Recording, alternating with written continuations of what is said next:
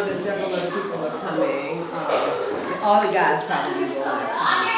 Because as you know, the Bulls are playing. Yes, they are. I just got a couple of texts like, sorry. Yes. Yeah, and I'm sure that that's going to impact a lot of people's things. But I'm hoping that this will be I'm hoping this will be the first of a lot of these. That we can get together over food and have discussion. I am not going to be the moderator tonight. Because I'm going to go and get my book, my on the table book. Well, we're really happy to have you guys, and we can first just start introducing ourselves, our name, what our occupation is, what we do for a living, and maybe just one thing. If you got to travel anywhere in the world, where would you go? Even if you haven't already been, but somewhere you're just destined to go, and why? So, who wants to start? I'll start. Okay. I'm Stephanie Brackway. I am currently working as a provider resource for special education students or diverse learning students at Burnham Elementary. Previously, coming from a residential facility where I supervised the facility for boys who were wards of the state. I really love that job. I miss it so much. One place that I would love to visit, that I probably will visit in the next couple of years, is South Africa. Oh, yeah, definitely. Yeah. So, which way would you like to see it? So my name is Tiffany Bean. As majority of you guys know, I'm currently a teaching artist for Global Girls.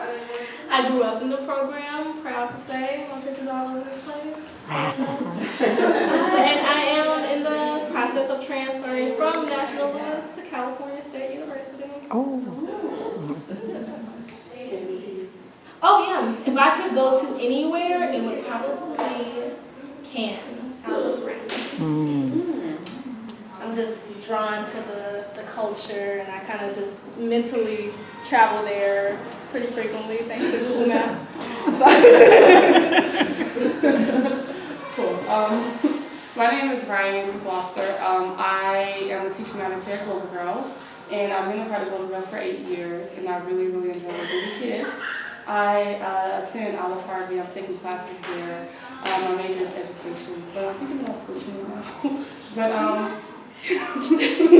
yeah, and then if I got to travel anywhere in the world, I think I would go to many places, but I really would love to travel to Norway in Europe, because I heard it's like a fairy tale, and I hope it's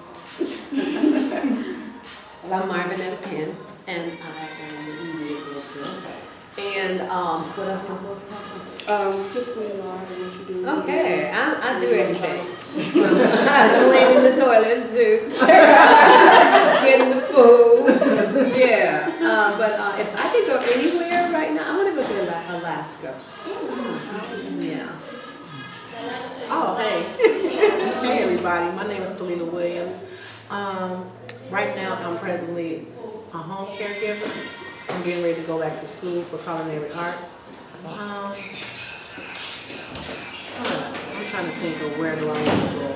I always wanted to go to Africa.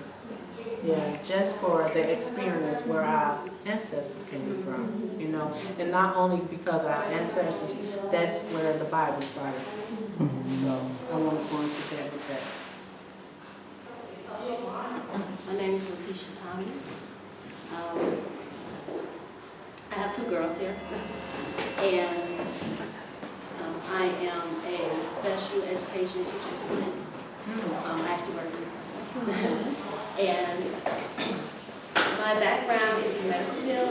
I kind of switched over because I want to work with special needs children, because I like to show people that our kids can learn too.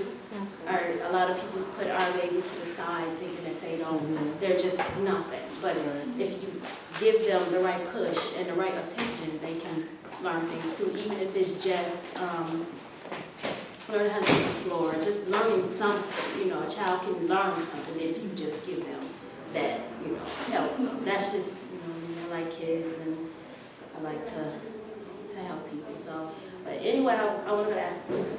I mean, that has been a dream of mine since, actually, Horace Mann. We had a teacher that talked about this. He talked about Africa, and it's just been my dream to go there and just see where we came from. You know, my grandmother talks about it because she's been, and it's just like, oh my God, it's just amazing. I just see visions in my head. I'm just praying what I see. You know, I just really want to know. Oh, I thought it was for women only. But somebody, the woman had asked me to come by. But anyway, yeah, I mean, my name is John Swallock. I live in the area just south of here. My son goes to school in Mount Carmel, north of here. He's got a scholarship there, so we can now semi-afford it to let him go there. But as far as I work from home in marketing, and I have my degree in marketing from DePaul, so I do that. And travel. My son is Haitian, so half Haitian, so I'd like to go there, but because of the unrest and everything, we may go to Europe and visit my ancestry first until that settles down, in Poland and that area, Austria.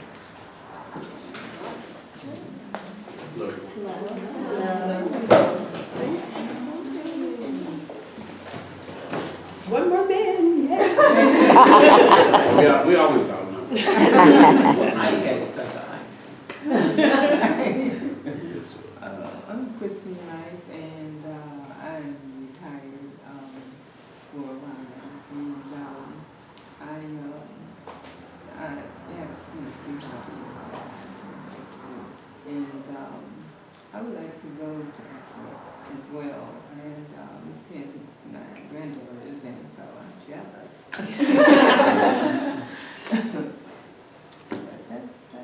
It just means I have to plan another trip. Yes.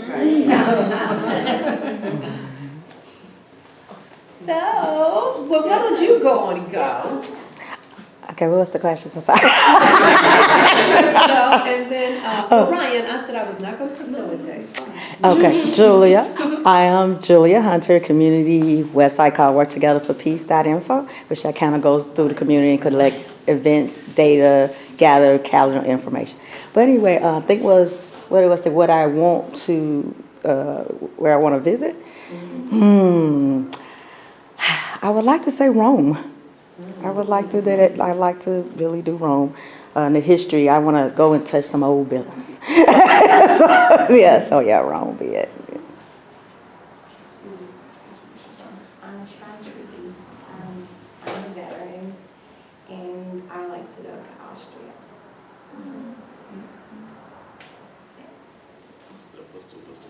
Let me just say your name and say, tell us a little bit about yourself, and then tell us wherever you want to go and why. My name is Kevan J. I'm a project manager slash mentor. I would love to go to Dubai. What's the place? You know, not to toot my own horn, but everywhere you guys want to go, I've been. That's why I started Global Girls. I got a chance to, I haven't been to Alaska, but I got a chance when I was in college, and this is one of the things I hope we can talk about. But when I was in college, I'm from East St. Louis originally, East St. Louis, Illinois.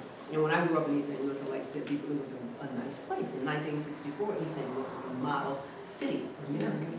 But when I went to college, I was in myself, I thought I was, average.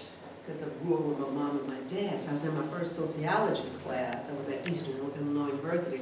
So the professor says, so how many of you guys are in upper class? So some people raised their hands. He says, so how many of you guys are in middle class? I raised my hand. He was like, put your hand down. You're not in the middle class. You're in the lower middle class, maybe. I was like, oh my God. Are you serious? Yes! Eastern was horrible. But the best thing, one of the best things, I did get a degree from Eastern in English and theater, I'm happy to say, and that was a nightmare sometimes, but hey, it pushed me.